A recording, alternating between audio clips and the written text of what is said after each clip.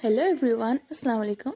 এইফালে মৰ্ণিঙতে গাখীৰ গৰম হ'বলৈ বহাই দিলোঁ আৰু লগতে মেচিনত কাপোৰ আছিলে, সেই কাপোৰখিনিও মই পানীখিনি টুকিবলৈ দিলোঁ, স্প্ৰিং হ'বলৈ দি দিলোঁ। আৰু মাহীজনী আহিছিলে, তেওঁক মই ক'লোঁ যে কাপোৰখিনি অলপমান মেলি দিয়ক, আৰু মাহীক কাপোৰ মেলিবলৈ দি পেলাই ময়ো খাই ল'লোঁ আৰু লগতে বেটীৰ কাৰণেও মাম বনাই ল'লোঁ।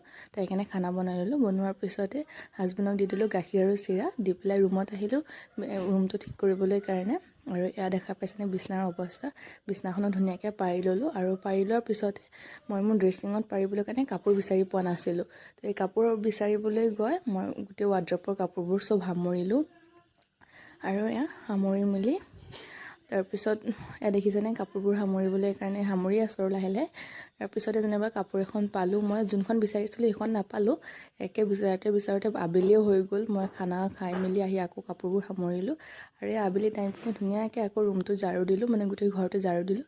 ঝাৰু দিয়াৰ পিছতে বাহিৰত বৰষুণ দি আছে, ৰুমতে বহি বহি ভুজিয়া খাই আছোঁ। তো আজিলৈ ইমানখিনিতে, বাই বাই।